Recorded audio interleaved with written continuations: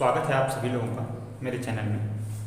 आज मैं आपको आम, क्षार और लवण, ठीक है क्या, आम, क्षार और लवण, इनके विषय में कुछ जानकारी बताऊंगा। ये पूरा मैं 10th क्लास के अकॉर्डिंग सारे साइंस के हिसाब से वीडियो बना रहा हूँ लाइन से। मेरी प्लेलिस्ट पे आप जाके अलग अलग सब्जेक्ट के भी वीडियो देख सकते हैं। तो आम, क्षार की मैं इस पर पहले बात करूँगा, क्रम से करूँगा, आपको पढ़ाऊँगा भी, बताऊँगा भी, और इसके अलावा जो एग्ज़ाम के हिसाब से इम्पॉर्टेंट है और जो आपको याद करना है वो भी मैं आपको बताऊँगा, क्या सीखना है अच्छे से और क्या आपको याद करना है, ठीक है। तो अब बात आती है कि सबसे पहले आम्ल क्षार हैं क्या और इनका कॉन्सेप्ट क्या है। तो इसमें समय के साथ साथ कई धारणाएँ आती गई हैं। तो सबसे पहले पुरानी धारणा क्या थी, जब बहुत पहले लोग क्या बोलते थे, तो पुरानी धारणा में अगर हम लोग बात करें, पुरानी धारणा, तो पुरानी धारणा जो थी, तो पुरानी धारणा में एक लिटमस पेपर होता है, ठीक है। तो लिटमस पेपर और स्वाद के हिसाब से डिवाइड किया गया था कि अम्ल किसको कहेंगे और क्षार किसको कहेंगे।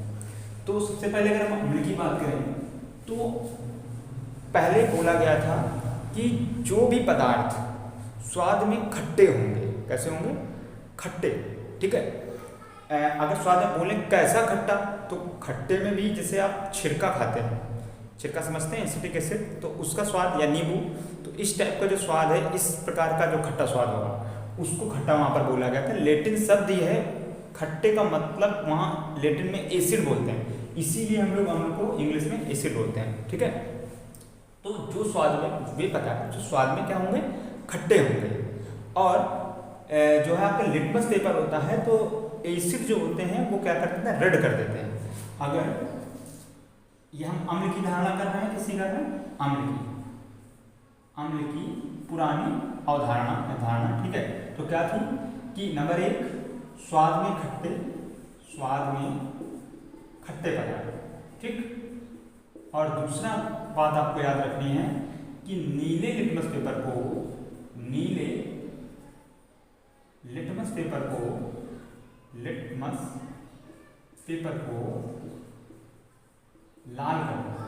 लाल कर देते हैं। तो देखिए एक चीज याद रखिएगा इसमें कि याद करने का शॉर्टकट एसिड, डी लास्ट में आता है, तो इसी प्रकार आप याद कर सकते हैं कि एसिड क्या करेगा, रेड कर देगा। तो डी लास्ट में मैच खा रहा है ना, तो आपको इस प्रकार याद रहेगा। तो ये दो पुरानी अवधारणा है। और सेम बेस की बात कर लेंगे, इसी में अगर बेस की बात करें तो बेस की जो है डेफिनेशन क्या दी, यानी क्षार की। तो क्षार की परिभाषा सेम इसी तरीके से दी गई, स्वाद में कड़वे होंगे, कैसे होंगे, स्वाद में कड़वे होंगे, ठीक है ना। तो इसको हम लोग कॉन्सेप्ट बाद में कर, चलिए लिख दिया तो ठीक है, इसे क्लासिफिकेशन में कर देता। चलिए, स्वाद में कड़वे होंगे और लिटमस पेपर क्या होगा, जस्ट अपोजिट, यानी रेड को किसमें कर देगा, रेड से नीले से, ये नीले से रेड लाल हो गया था, अब क्या होगा, लाल लिटमस पेपर को क्या कर देगा, नीला। तो फिर इस पुरानी धारणा, ये एग्जाम में लिखनी नहीं होती है, याद रखिएगा, पूछा जाएगा। तो नए कॉन्सेप्ट करीब 3 नई अवधारणाएं हैं। इसके बाद फिर आर्हेनियस का सिद्धांत आया, प्रिंसिपल आया, उसके बाद फिर आपकी ब्रांस्टेड और लॉरी की आई, और उसके बाद आपका जो है कॉन्सेप्ट आया, कौन सा, फिर लुईस का आया। तो ये सारे आपको पढ़ने हैं, क्रम से क्या है, कैसे हैं, मैं आपको सब बताऊंगा। आपको इतना अच्छे से एसिड बेस तैयार हो जाएगा कि आप अगर उस पर निबंध भी लिखना चाहेंगे तो बहुत अच्छा लिख देंगे। तो सबसे पहले पुरानी धारणा के आधार पर क्या था कि कोई भी पदार्थ जो स्वाद में खट्टे होंगे और नीले लिटमस को लाल में परिवर्तित कर देंगे, वो क्या कहलाएंगे, अम्ल कहलाएंगे। और क्षार में पदार्थ होंगे जो स्वाद में कड़वे होते हैं तथा वो लाल लिटमस को नीले में परिवर्तित कर देते हैं, क्या कहलाते हैं, क्षार। अब बात आती है कि ये जो अम्ल थे, तो ये तो पुरानी धारणा हो गई, लेकिन हुआ ये कि बहुत सारे पदार्थ का कोई स्वाद नहीं था, फिर भी उनमें अम्लीय और क्षारीयता के गुण थे, उन्हें बांटा जा सकता था। तो ये सिद्धांत जो है कुछ दिन तक ही रहा, उसके बाद ये फेल हो गया। फिर नई अवधारणा आई आर्हेनियस की, किसकी आई, आर्हेनियस का सिद्धांत आया,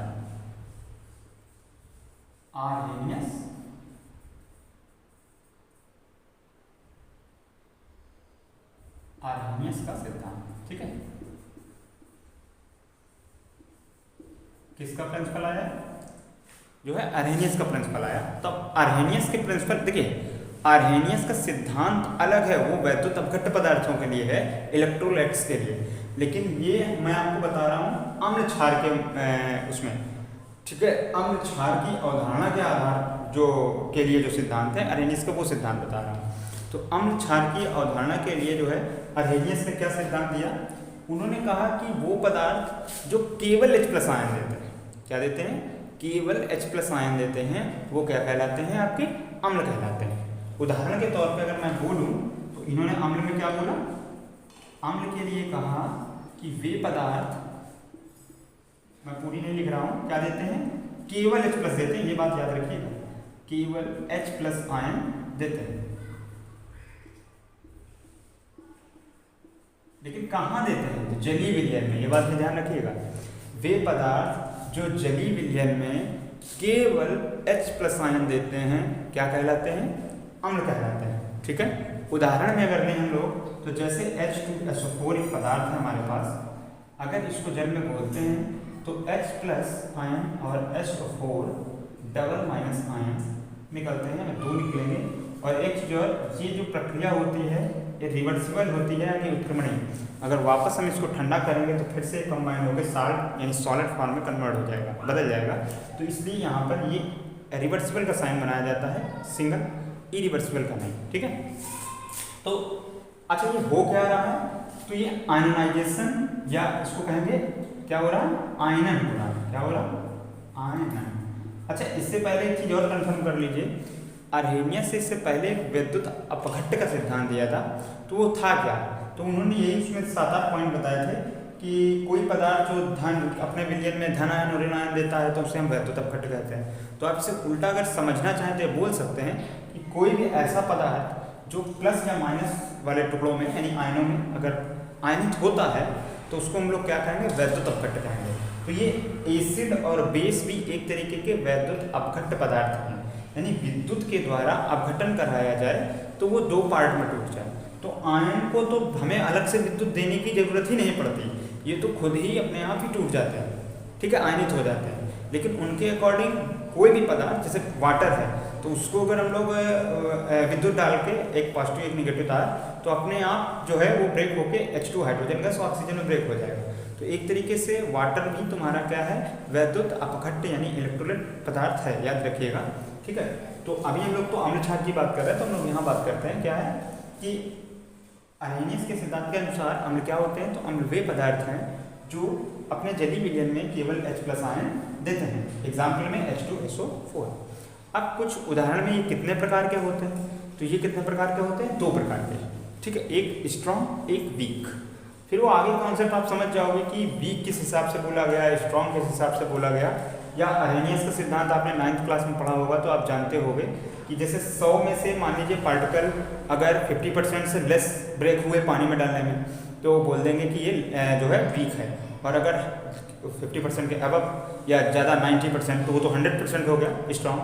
तो आपको कुछ इसी तरीके के एग्जाम्पल पढ़ाए जाते हैं जिनका लगभग या तो बिल्कुल हाई होता है 80-90% और एक या तो बिल्कुल 20-30 इस तरीके का होता है। ठीक है, तो आप बात करेंगे कि अम्ल कितने प्रकार के, तो अम्ल 2 प्रकार के। नंबर 1 प्रबल यानी स्ट्रॉन्ग, ठीक है, प्रबल यानी स्ट्रॉन्ग एसिड्स। अब स्ट्रॉन्ग एसिड्स आपके क्या है, ये एग्जांपल याद रखिएगा। एक आपको खुद मैंने बोला H2SO4, तो देखिए मैं इनको इनकी स्ट्रेंथ के ऑर्डर में लिख रहा हूँ, ये ध्यान रखिएगा। HCl सबसे ज़्यादा स्ट्रॉन्ग, ठीक है।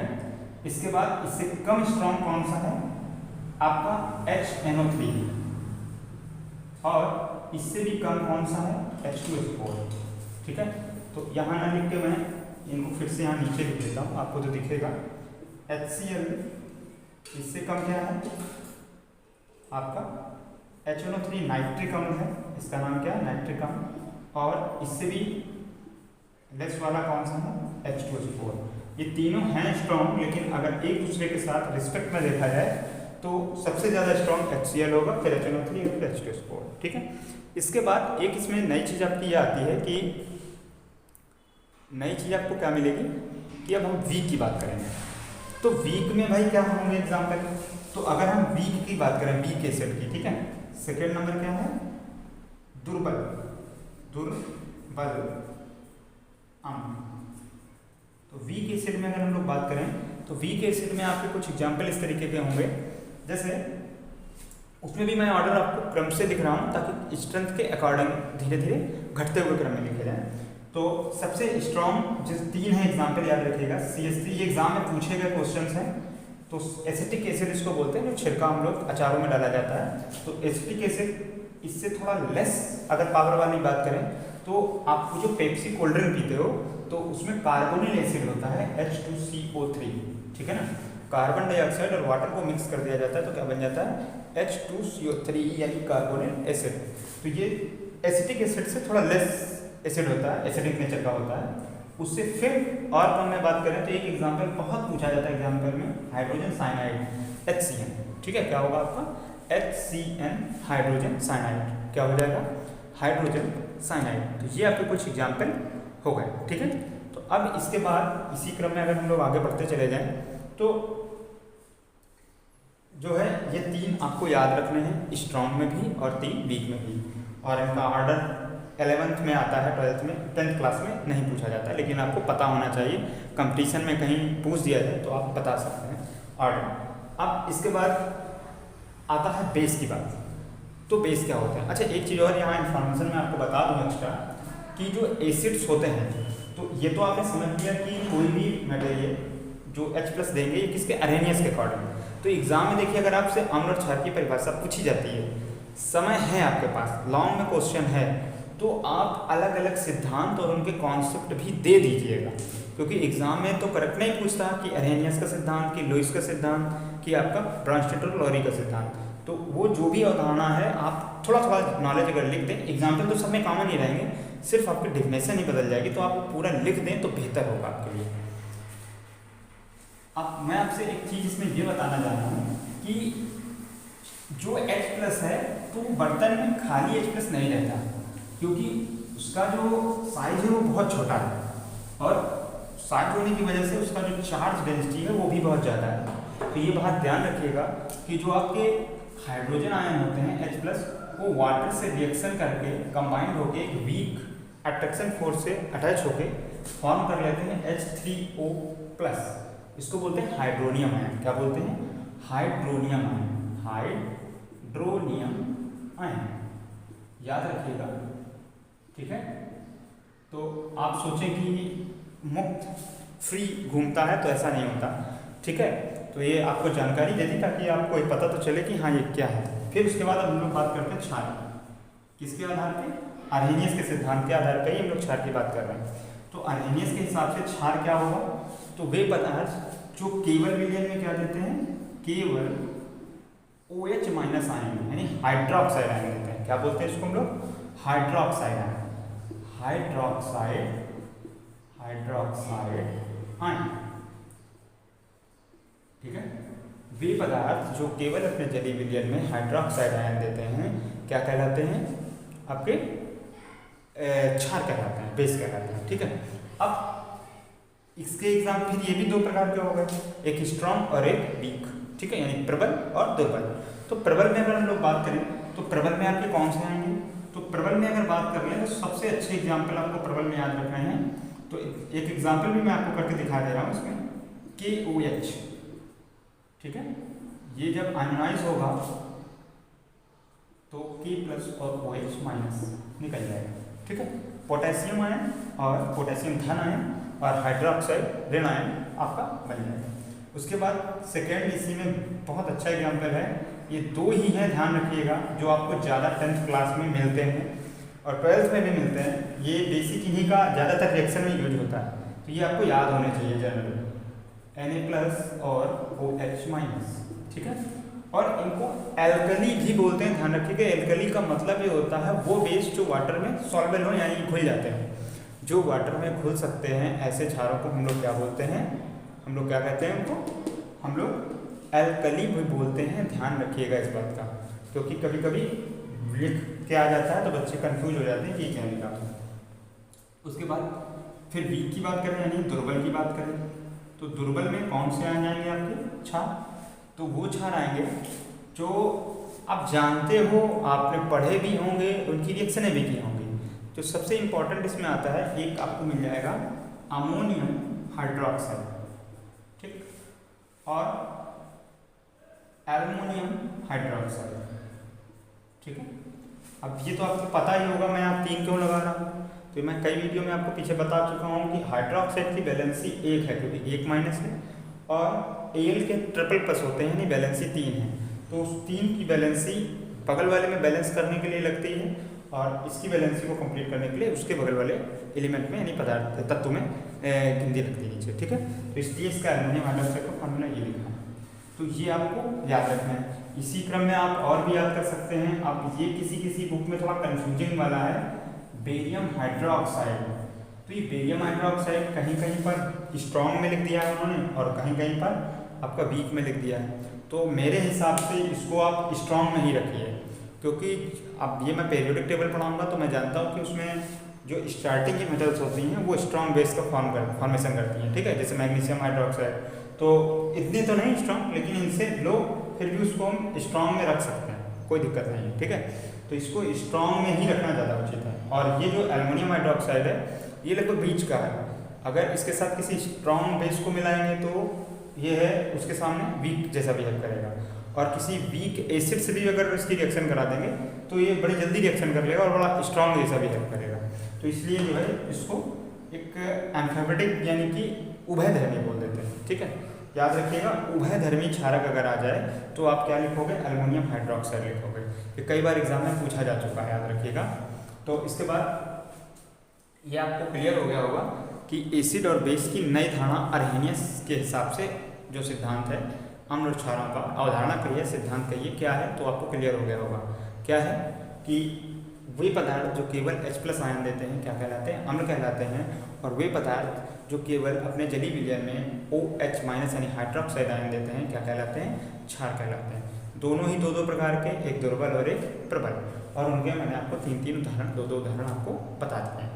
तो अब ये वीडियो फिर बहुत बड़ा हो जाएगा, तो नेक्स्ट आपका जो क्या नाम है टॉपिक जो मैंने आपको बोला ब्रॉन्स्टन और लॉरी का, जो इसके बाद आया, क्योंकि इनकी अभी देखिए हाँ सीमाएं जब समझ लीजिए क्या होती हैं, लिमिटेशन। अब अच्छा, ये हर जगह क्या लागू हो जाएगा, बहुत सारे ऐसे पदार्थ हैं जिनमें H+ यानी हाइड्रोजन और OH- यानी हाइड्रोक्साइड आयन होता ही नहीं है, तो उनकी प्रतिकृति का वर्णन कैसे किया जाएगा।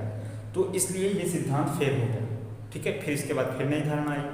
तो ये आपको कॉन्सेप्ट याद रहेगा ना, कि अगर हम पूछें कि इस सिद्धांत की कमियां क्या रही, या इसकी जो है लिमिटेशन क्या है, सीमा क्या है, कहाँ तक ये लागू होता है, तो ये सिर्फ उन्हीं पदार्थों में, नंबर 1 इसकी सीमा क्या है, ये सिर्फ उन्हीं पदार्थों में लागू होता है। ये का मतलब क्या, पूरा बोलिए उसको, कि अम्ल और क्षारकों की अर्हेनियस का सिद्धांत या अवधारणा केवल उन्हीं पदार्थों में लागू होती है जिनमें केवल H+ और OH- उपस्थित होते हैं। दूसरा पॉइंट आप ये बोल सकते हैं कि जैसे कुछ पदार्थ हैं हमारे पास, कैल्शियम ऑक्साइड और अमोनिया गैस, अब इनके जो नेचर को डिफाइन नहीं कर पाते, ठीक है ना। अब इनमें ना तो इसमें OH है और ना H है, लेकिन ये होता तो बेसिक नेचर का है और ये भी बेसिक नेचर का है, जबकि इसमें OH भी नहीं है और इसमें OH- भी नहीं, मतलब OH है नहीं, फिर भी ये दोनों बेसिक नेचर के हैं। तो ये चीज़ क्लियर नहीं कर पाई है, इसकी एक सीमा है इस अवधारणा की, ठीक है, या सिद्धांत की आप कहें। तो इसके बाद मैं आपको नेक्स्ट वीडियो में, अगले में, ब्रॉन्स्टन लॉरी का जो है पूरा अवधारणा और आपकी लुईस की मैं कंप्लीट कराऊंगा। बोर्ड के अकॉर्डिंग मैंने आपको इसमें 5-6 क्वेश्चन तैयार करा दिए हैं। अगर आप ये याद कर लेंगे, स्ट्रॉन्ग और बेस के नेम जरूर याद रखिएगा। इसका नाम potassium hydroxide, sodium hydroxide, barium hydroxide, aluminium hydroxide, और ये अमोनिया, ये एल्युमिनियम हाइड्रोक्साइड, ये अमोनियम हाइड्रोक्साइड, ध्यान रखिएगा। तो इसमें इतना ही रखते हैं। अच्छा लगे लाइक कीजिए, शेयर कीजिए, और अगर कोई कमी लगती हो या कोई मैंने फार्मूला या कुछ गलत देखा हो तो कमेंट बॉक्स में मुझे बताइएगा जरूर।